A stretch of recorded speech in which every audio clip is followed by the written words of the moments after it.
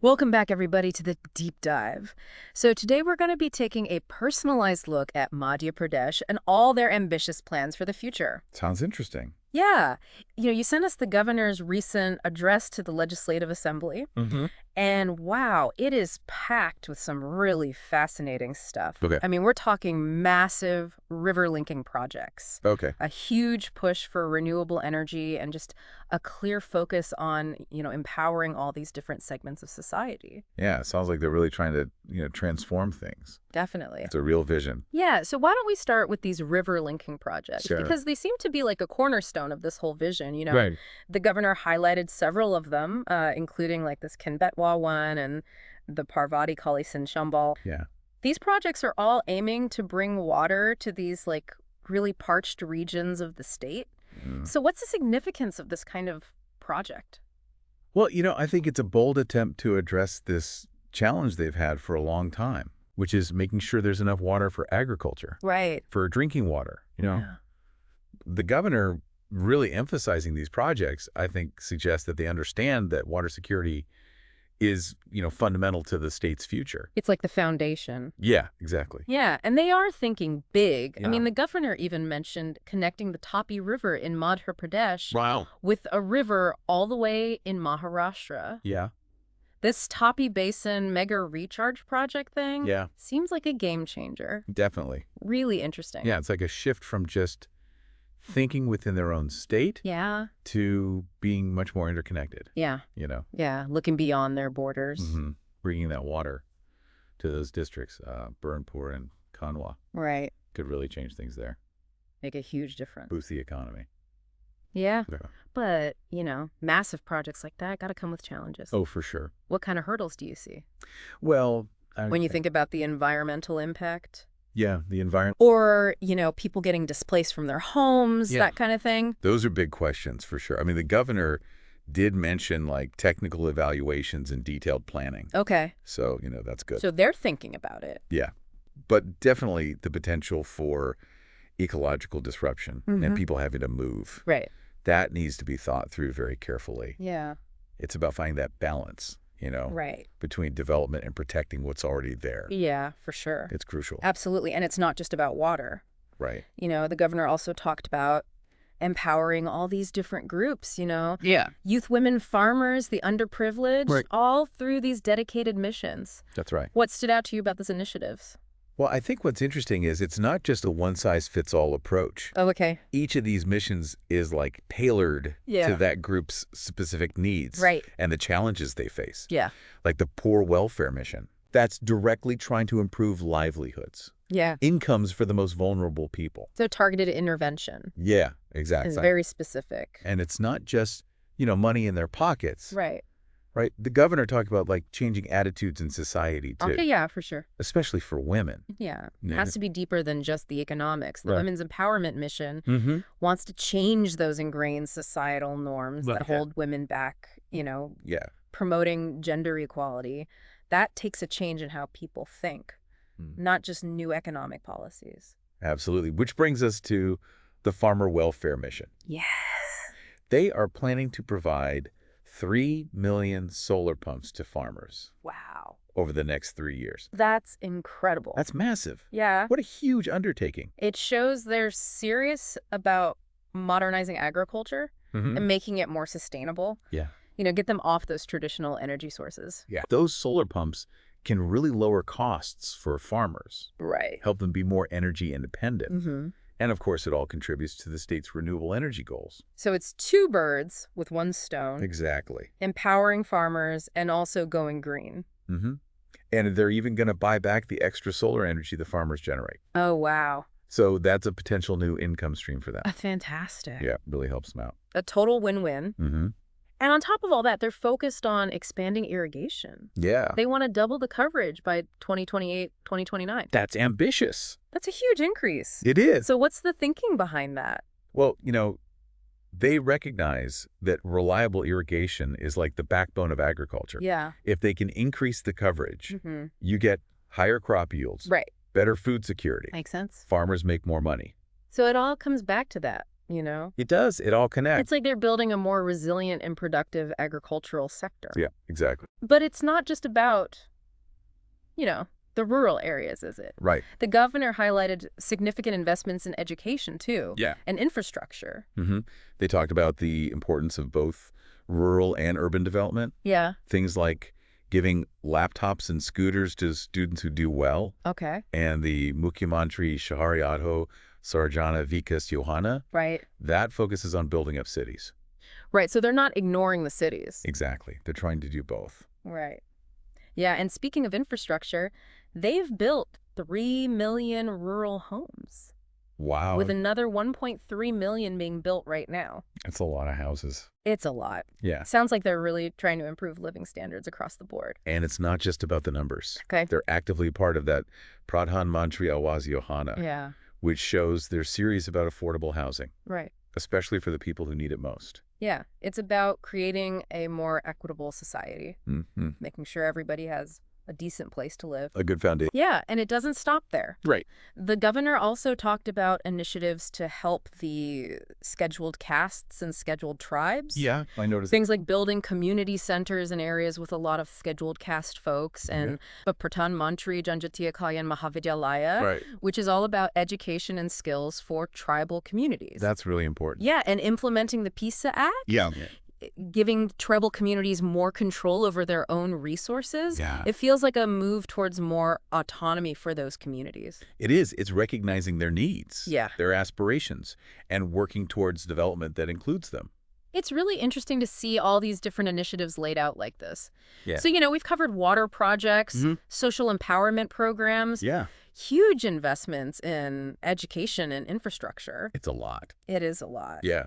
What would you say is the common thread? Well, I think they're really trying to address these historical disparities. Yeah. Create a society that's more inclusive Yeah. and equitable, laying the groundwork for development that's sustainable and benefits everyone. Yeah, they're aiming for transformation on a pretty big scale. Definitely ambitious and very holistic.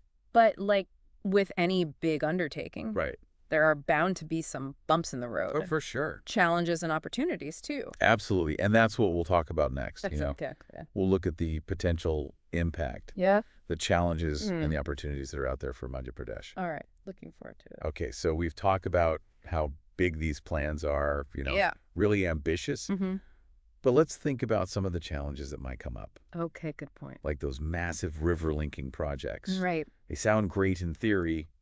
But yeah, there could be some downsides. Exactly. Unforeseen consequences. For sure, messing with nature always has risks. Always does. So what are you most concerned about environmentally with these projects? Well, when you change how the water flows naturally, Yeah. you can disrupt entire ecosystems, Right. which could mean habitat loss for a lot of species. That makes sense.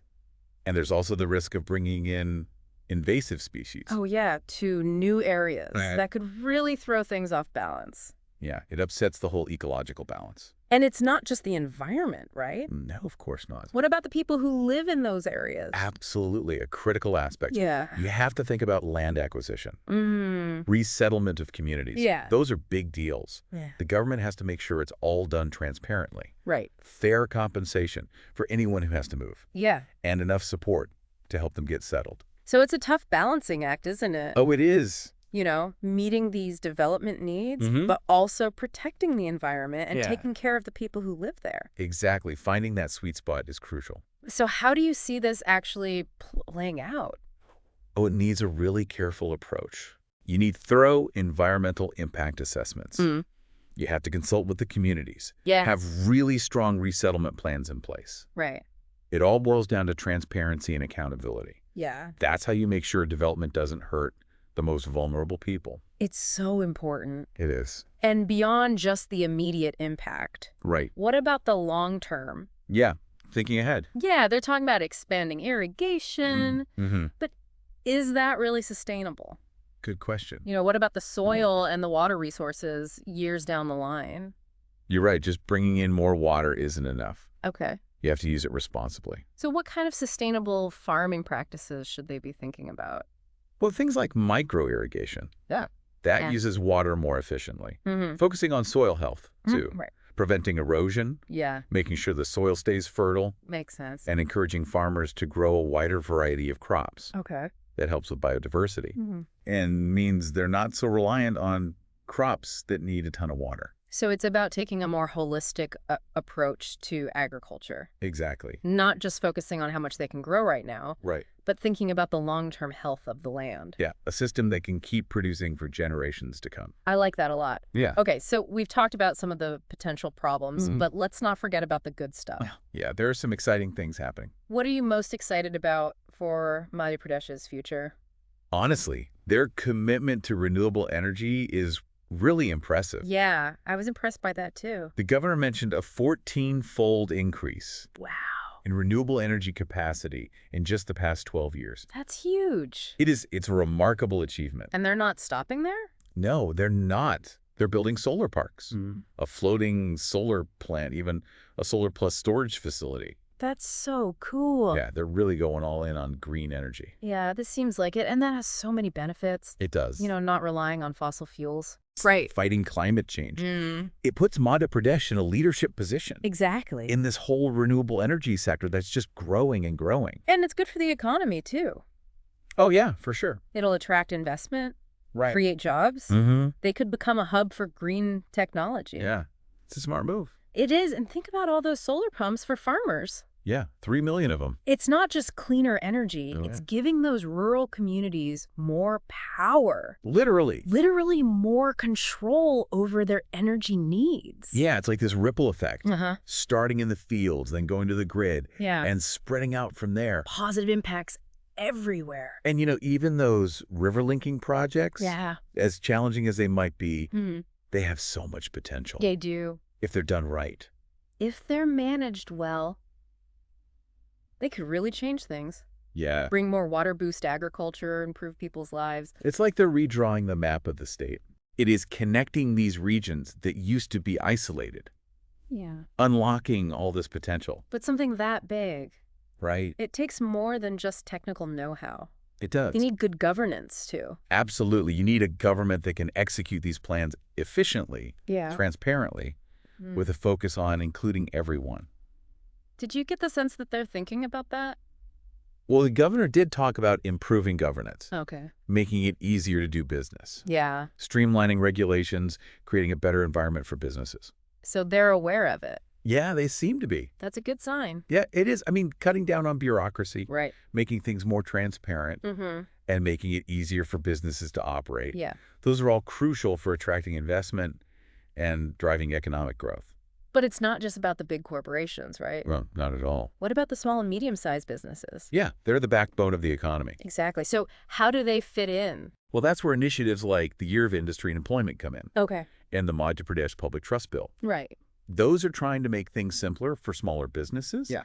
give them the support they need, Mhm. create opportunities for them to thrive. So it's about building a strong entrepreneurial ecosystem. It is one that's inclusive and benefits businesses of all sizes. And then there are all those education and skill development initiatives. Right. Those are so important. Yeah, they're giving laptops and scooters to high-achieving students, Yeah. implementing programs like the PMJKM for tribal communities, Mm-hmm. investing in vocational training. It's about preparing people for the future. Yeah, giving them the skills they'll need in a world that's changing so fast. Exactly. Yeah. And by focusing on those marginalized communities, Right. it's not just about skills. It's about creating a more just and equitable society. So it's a multi-pronged approach to development. Yeah. Investing in infrastructure, Mm-hmm. promoting sustainable agriculture, Right. empowering communities, Yeah. fostering entrepreneurship, Huh? building a skilled workforce. It's about creating a system where economic growth, social progress, and environmental sustainability all work together. Yeah, a virtuous cycle. Exactly. But at the end of the day, Yeah. it all comes down to whether these plans actually improve people's lives. Absolutely. That's the ultimate measure of success. And that's what we'll explore in the last part of our deep dive. Looking forward to it. Yeah, me too. We'll look at the potential long-term impact and imagine what Madhya Pradesh might look like 10 years from now. All right, so we've explored these ambitious plans for Madhya Pradesh, and some of the challenges they might face. Right. A lot to think about. Yeah, now I kind of want to look ahead, you know? To the future. Yeah. Oh. What do you think this state might look like in 10 years? In 10 years, well, if everything goes well. Yeah. I imagine those parched lands we talked about. Right. Flourishing with crops because Yeah. of those interconnected rivers. Okay, yeah. Villages powered by the sun. Well- Farmers selling their extra solar power back to the grid. That would be amazing. Cities buzzing with new industries. Mm-hmm. Full of skilled workers from all walks of life. It's like a whole new Madhya Pradesh. Yeah, transformed, really. A state that's not just caught up, but actually leading the way. Yeah, in terms of sustainable and inclusive development. But let's get specific, you know, Okay. if those trillions of rupees in investments actually happen, Right, huge. If. what kind of economic landscape do you see emerging? Well, I think you could see a real shift Okay. from an economy that's mostly based on agriculture Mm-hmm. to one with a much more diverse industrial base. So what does that look like? Think manufacturing hubs, Okay. technology parks. Yeah. Just a surge in new businesses starting up, In what areas? especially in things like renewable energy and agri-tech. You know, those are hot sectors. Taking advantage of their strengths. Exactly. And that kind of growth could really have a ripple effect, right? Absolutely. I mean, better infrastructure, Yeah. improved healthcare, Mhm. greater access to education. It could really lift the whole state up. But we talked about the risk of uneven development. Yeah, some people getting left behind. Exactly. So how do they prevent that? Well, that's where those targeted interventions come in. Okay. You have to focus on inclusivity, Yeah. investing in rural infrastructure, Right. supporting small businesses, Mm-hmm. providing skills training to the people who need it most. So everyone has a chance to benefit. That's the goal, creating opportunities for everyone to participate in that growth. So it's not just about growing the economy, it's about making sure everyone benefits. Exactly. It can't just be for the few. And what about the environmental side of things? good point. Can they achieve all this economic growth without hurting the environment? That's the big question, isn't it? It is. I mean, they're committed to renewable energy. Yeah, that's a great start. But what about the other sectors? Right. Like agriculture and industry. They need to prioritize sustainability there, too. So what does that look like? Enforcing environmental regulations, Okay. promoting technologies that are eco-friendly. Yeah, it's a tough balancing act. It is, for sure. They need to find that sweet spot between economic progress and protecting the environment. Yeah, making sure development doesn't destroy their natural resources. And then there's the social aspect, you know. The people. Yeah, as Madhya Pradesh modernizes, how will that affect their social fabric? Interesting question. You know, their traditions, their identity. It's something a lot of developing places struggle with. Yeah, how do you embrace the modern world without losing what makes you unique? The governor did talk about empowering women Yeah, and marginalized communities. right. So it seems like they're thinking about inclusivity and social justice. It's about building a society where everyone feels valued Absolutely. and has the chance to thrive no matter who they are or where they come from. Opportunity for all. And as technology keeps advancing, you know, at this crazy pace, It is moving fast. how do you think that'll shape Madhya Pradesh's future? Well, technology can be an amazing tool for progress, Yeah, but you have to use it the right way. right. So investing in digital infrastructure, Okay. promoting digital literacy, Mm-hmm. creating a culture where people are encouraged to innovate. So what would that look like in Madhya Pradesh? Imagine a place where technology empowers people, Yeah. improves how the government works, Okay. and really drives economic growth. Not just using technology, but shaping it. Exactly, making it work for them. Yeah, to meet their specific needs and goals. It's a vision of Madhya Pradesh that's confident, Mm-hmm. prosperous, and inclusive. Yeah, A state that embraces the future, right. but doesn't forget its past. I like that a lot. And maybe even a state that sets an example for others. Yeah, I mean, the world's watching They are. to see if Madhya Pradesh can really pull this off. It's a huge undertaking. So as we wrap up this deep dive, we want to leave you with a question. You know, Yeah. what role do you think Madhya Pradesh will play in the bigger story of India's development? In the next decade, Yeah. Will it become a model for progress? a shining example. Or will they face unique challenges Yeah. that need some really creative solutions? It'll be interesting to see how it unfolds. It will. Well, thanks for joining us on the deep dive. It's been a pleasure. As we explored all these possibilities and really thought about the future of Madhya Pradesh, Lots of potential there.